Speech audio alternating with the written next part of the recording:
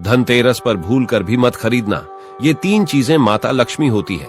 नाराज फिर मत कहना बताया नहीं। धनतेरस के दिन हमें कौन कौन सी वस्तुएं खरीदना चाहिए?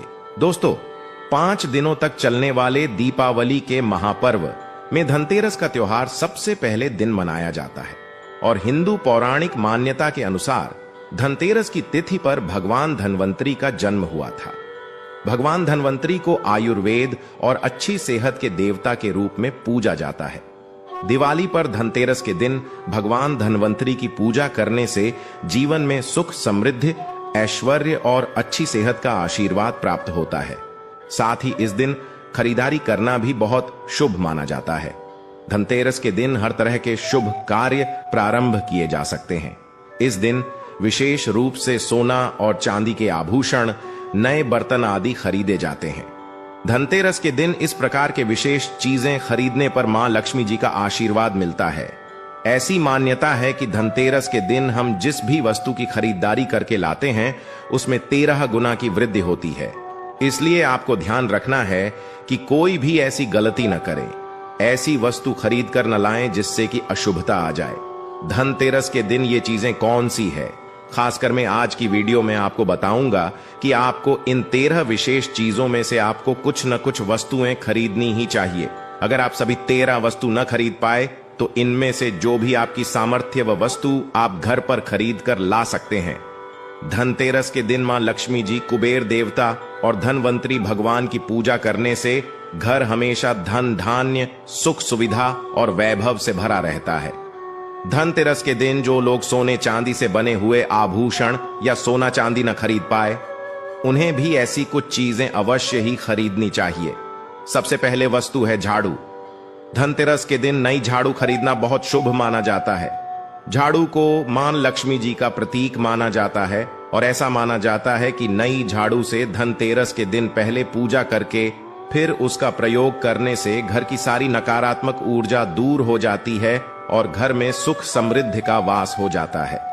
अगर हो सके, समर्थ हो तो धनतेरस के दिन एक झाड़ू का गुप्त दान करना चाहिए। इसे आप मंदिर में किसी चौराहे पर या ऐसी जगह पर जहां से कोई भी जरूरतमंद व्यक्ति इस झाड़ू को उठाकर ले जाए, वहां पर आपको रख देना चाहिए। दूसरी वस्तु है साबुत धनिया। धनतेरस के दिन आप कुछ लेकर आए या ना आए, साबुत धनिया तो हर कोई ला सकता है। साबुत धनिया लाकर दिवाली के दिन उसे पूजा करने के बाद अपने ही घर में क्यारी में गमले में डालना चाहिए और ऐसा करने से कहा जाता है कि घर में आपके जो भी धन है, जो भी आए हैं, उसमें बरकत होने लगती है। अगर आए दिन अनावश्यक रूप से खर्चे होते हो तो उसमें भी रोक लग जाती है। इस दिन नमक भी खरीद कर लानी चाहिए। नमक अगर आप देलही वाला लाते हैं तो और भी शुभ है, लेकिन आजकल देलही वाला नमक मिलना हर जगह पॉसिबल नहीं होता है। तो आप जो भी नमक आपको मिल पाता हो वह नमक आप इस दिन घर पर लेकर आएं। धनतेरस से लेकर दीपावली के अगले दिन गोवर्धन और भाई दूज तक आप इसी नमक का प्रयोग करें और इन 5 दिनों तक लगातार आपको नमक का पोछा भी घर में लगाना चाहिए। ऐसा करने से दरिद्रता दूर हो जाती है और घर से नकारात्मक ऊर्जा भी दूर हो जाती है। चौथी वस्तु जो आपको घर पर लानी चाहिए वह है गोमती चक्र। कहते हैं कि जिस घर में गोमती चक्र होता है वहां सुख, सौभाग्य और समृद्धि की वृद्धि होती है।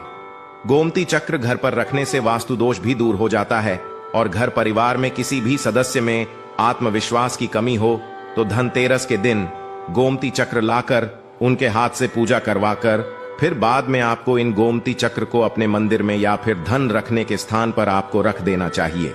ऐसा करने से जो भी संबंधित परेशानी है वह दूर हो जाती है। आपको ये सारी वस्तुएं मार्केट में पूजा वाली दुकान में बहुत आसानी से मिल जाएंगी। 5वीं वस्तुएं हैं कौड़ियां। कौड़ियां आपको सफेद, भूरी, पीलियां, चितकबरी मिल जाएंगे, लेकिन आपको जो कौड़ियां लानी है वह या तो सफेद लेकर आएं या फिर पीले रंग की कौड़ियां लेकर आएं। कहते हैं जिस घर में कौड़ियां होती हैं वहां पर मां लक्ष्मी जी हमेशा वास करती हैं। कौड़ियां लक्ष्मी जी को आकर्षित करती हैं, इसलिए आज के दिन आप 5, 7, 11 या 13 कौड़ियां लाकर आप चाहे तो धनतेरस की शाम को या फिर दीपावली की रात को इनकी पूजा करके रोली, अक्षत, कुमकुम अर्पित करके फिर एक लाल कपड़े में बांधकर आपको अपने घर में जहां पर भी आप धन रखते हैं वहां रख देना चाहिए। हर साल आप इन्हीं पुरानी कौड़ियों की पूजा कर सकते हैं। हर साल आपको कौड़ियां खरीदने की आवश्यकता नहीं है। यदि आप नहीं कौड़ियां खरीदना ही चाहते हैं तो पुरानी कौड़ियों को आप जल में प्रवाहित कर दें। छठी वस्तु है श्री यंत्र। श्री यंत्र खरीदते समय देख लीजिएगा कि उस पर सभी चिन्ह, सभी जो भी निशान होते हैं वह अच्छे से अंकित होनी चाहिए। श्री यंत्र जिस घर में होता है, नियमित रूप से श्री यंत्र की पूजा जिस घर में होती है, वहां पर भी कभी धन का अभाव नहीं रहता। श्री यंत्र की उत्पत्ति को लेकर धार्मिक पुराणों में उल्लेख मिलता है कि एक बार महालक्ष्मी जी प्रसन्न होकर पृथ्वी से बैकुंठ लोक चली गई। माता के रुष्ट हो जाने से धरती पर समस्याएं प्रकट हो गई। ब्राह्मण और महाजन बिना लक्ष्मी जी के निर्धन हो गए। तब ब्राह्मणों में श्रेष्ठ वशिष्ठ मुनि ने निश्चय किया कि मैं लक्ष्मी जी को प्रसन्न कर पृथ्वी पर वापस ले आऊंगा। जब मुनि वशिष्ठ बैकुंठ में जाकर मां लक्ष्मी जी से मिले तो उन्हें पता चला कि मां लक्ष्मी जी तो अप्रसन्न हैं और वह किसी भी स्थिति में पृथ्वी पर आने को तैयार नहीं है। तब वशिष्ठ जी ने वहीं पर बैठकर भगवान विष्णु की आराधना शुरू कर दी। नारायण ने प्रसन्न होकर मुनि वशिष्ठ को अपने दर्शन दिए। वशिष्ठ जी ने श्री हरि विष्णु से कहा कि हम पृथ्वी पर बिना लक्ष्मी जी के बहुत दुखी, हमारे सारे आश्रम उजड़ गए, धरती पर वैभव खत्म होने वाला है। यह सुनकर भगवान विष्णु वशिष्ठ मुनि को साथ लेकर मां लक्ष्मी जी के पास गए और उन्हें मनाने की कोशिश की, लेकिन फिर भी मां लक्ष्मी जी नहीं मानी। तब उन्होंने कहा कि मैं किसी भी स्थिति में पृथ्वी पर वापस जाने को तैयार ही नहीं हूं। जब चारों दिशाओं में मां लक्ष्मी जी के पृथ्वी पर वापस न आने की बात फैल गई, तब देवताओं के गुरु बृहस्पति जी ने एक युक्ति सुझाई।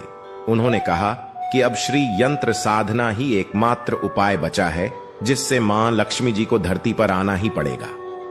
गुरु बृहस्पति जी के निर्देशों से श्री हरि ने धातु पर श्री यंत्र का निर्माण किया और उसे मंत्र सिद्ध प्राण प्रतिष्ठा युक्त करते हुए दीपावली के 2 दिन पूर्व धन त्रयोदशी को श्री यंत्र पर स्थापित करके विधि विधान से उसका पूजन किया।